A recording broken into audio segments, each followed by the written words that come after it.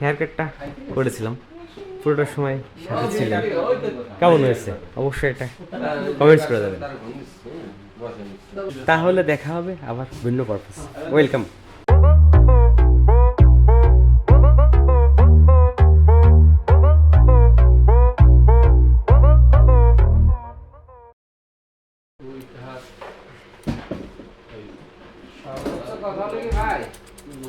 Hair কাটটা clear করে নেবো। এই জিনিসটা যে মারবে তার ভিতরে কোনো ঝামেলা নেই। পুরোটার সময় তো সাথে ছিল। আবার গ্রামে কেমন হয়েছে দেখে যাবেন না? আমাদের বাড়ির নাম হলো পশ্চিম বাড়ি। একটু হেয়ার কাট হবে।